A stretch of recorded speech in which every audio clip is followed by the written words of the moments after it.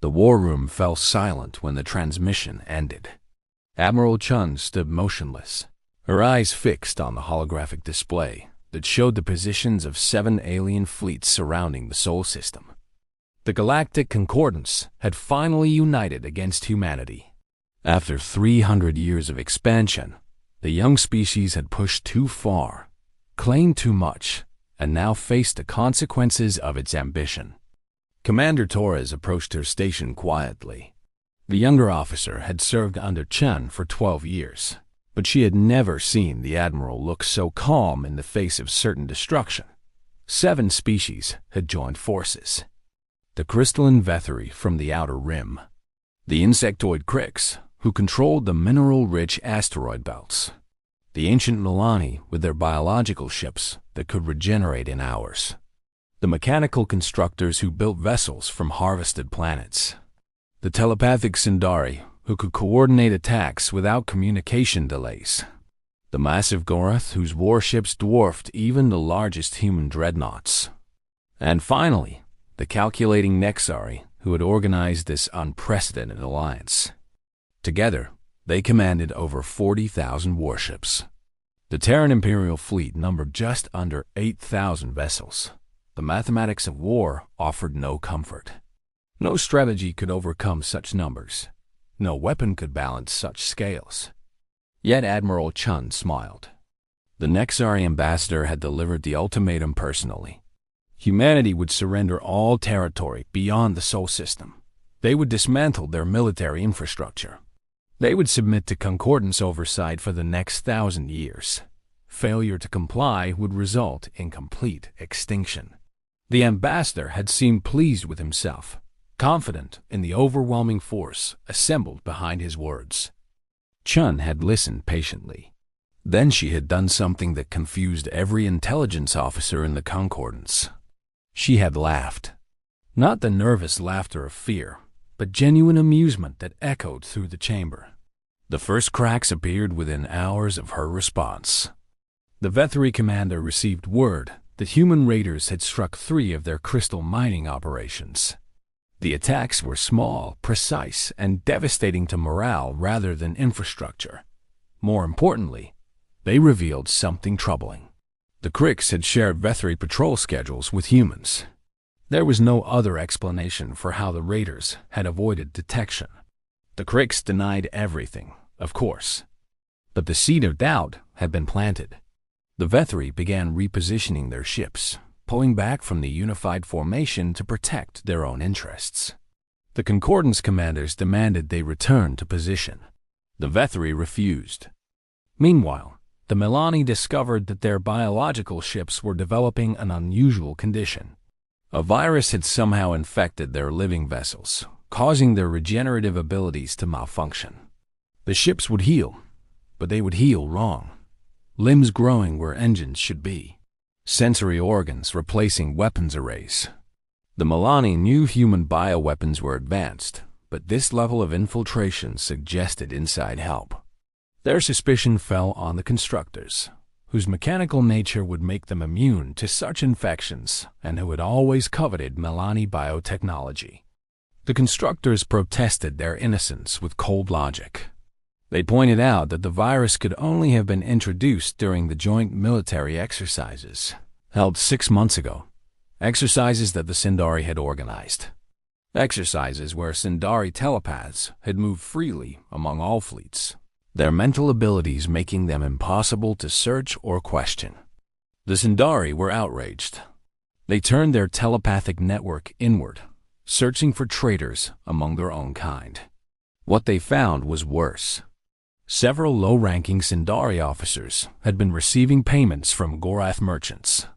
The payments were legitimate trading fees, meaningless transactions that had occurred for decades.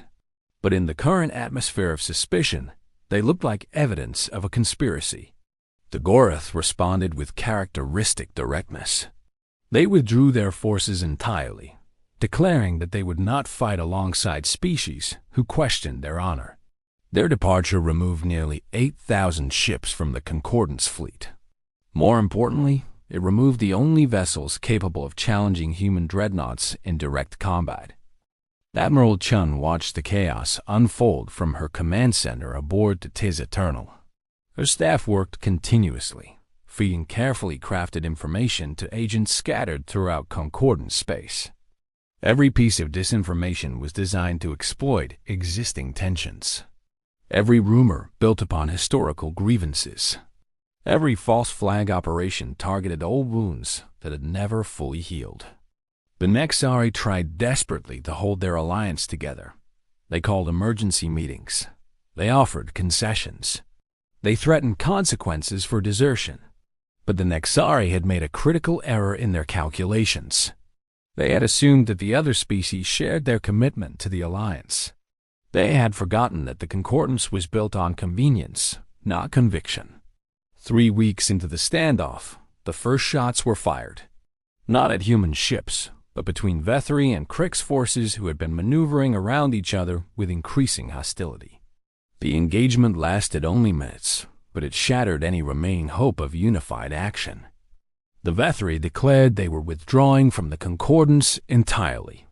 The Cricks followed hours later, racing home to fortify their borders against Vethry retaliation. Commander Torres finally asked the question that had been burning in her mind since the crisis began. She wanted to know how the Admiral had known this would happen, how she had been so confident when facing impossible odds. Chun considered the question carefully before answering. She explained that humans had been studying alien civilizations since first contact. Not just their technology or military capabilities, but their cultures, their histories, their relationships with each other. The concordance had never been a true alliance. It was a collection of rivals who temporarily found common cause against a shared enemy. Each species had spent centuries competing with the others. Old wars, broken treaties, stolen technologies, and betrayed trust had created fault lines that ran deep through their coalition. Humanity was different, Chun continued, not because humans were morally superior or naturally more cooperative. They were different because they had learned a terrible lesson early in their history. Nuclear weapons had taught them the cost of division. Climate change had shown them the price of competition without cooperation. By the time humans reached the stars, they had forged an empire that valued unity above all else. Not perfect unity, certainly. There were disagreements, political struggles, and competing factions. But when external threats emerged, humans closed ranks with an efficiency that aliens found difficult to comprehend. The Terran Imperial fleet was not just a military organization. It was the expression of a civilization that had learned to survive by staying together. Every officer, from the lowest ensign to the highest admiral, understood this fundamental truth. They might disagree about policies or strategies, but they would never turn on each other when facing a common enemy. The aliens had expected humanity to fragment under pressure. They had assumed that threats and overwhelming force would cause internal divisions, separatist movements, or political collapse. Instead, the opposite had occurred. Across human space, production had increased. Recruitment had surged. Citizens who had never considered military service volunteered in unprecedented numbers. The Empire had not weakened under threat. It had hardened. By the 4th week, the concordance existed in name only. The Zendari had retreated to their telepathic enclaves, convinced that external manipulation had corrupted their people. The constructors had begun negotiating separate peace terms with human diplomats. The Milani were focused entirely on curing their infected vessels. Only the Nexari remained committed to their original plan, but their fleet of 6,000 ships could not hope to succeed where 40,000 had failed. Admiral Chun ordered the Imperial fleet to advance. The movement was slow, deliberate, and unmistakably confident.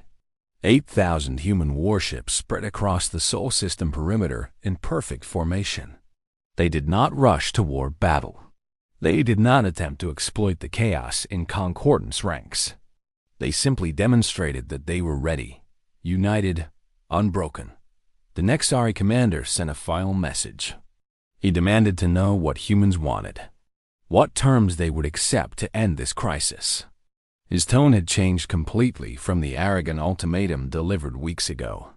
Now there was uncertainty, perhaps even fear. Chun's response was simple.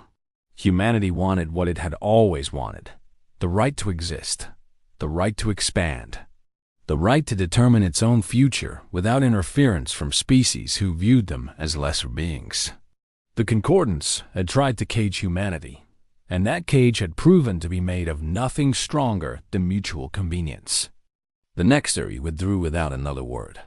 Their fleet jumped to hyperspace, returning to their distant worlds to contemplate how everything had gone so wrong. They would spend years analyzing the conflict, trying to understand how humanity had defeated them without firing a single shot. The answer was something they could never truly grasp. Humans had learned that the greatest weapon in warfare was not ships or soldiers or technology. It was trust. It was the knowledge that the person beside you would not abandon you when things became difficult. It was the understanding that individual survival depended on collective strength. The Concordance had gathered species who saw each other as tools to be used and discarded. Humanity had built an empire of people who saw each other as family to be protected and supported. When crisis came, tools broke and family endured. Admiral Chun watched the last Concordance vessel disappear from sensors. The war room erupted in celebration, but she remained quiet. Victory felt hollow when it had been won through manipulation rather than valor.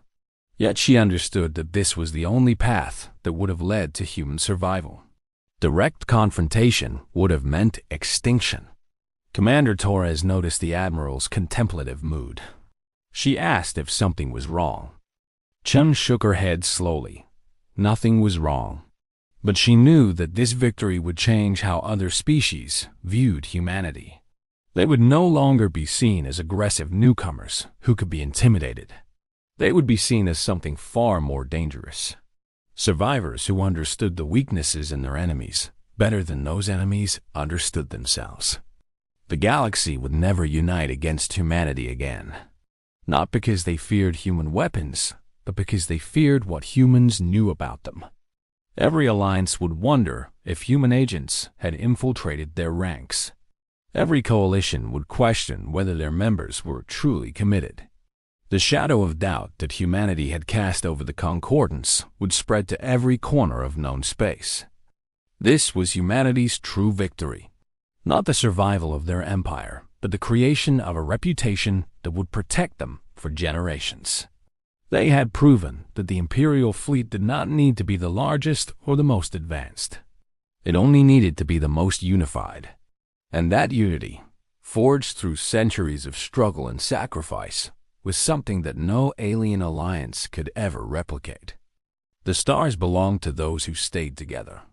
On this day, humanity had proven that they understood this truth better than any other species in the galaxy. The alliance had fractured before them. The Imperial fleet had stayed whole. And in that simple contrast lay the entire story of human victory.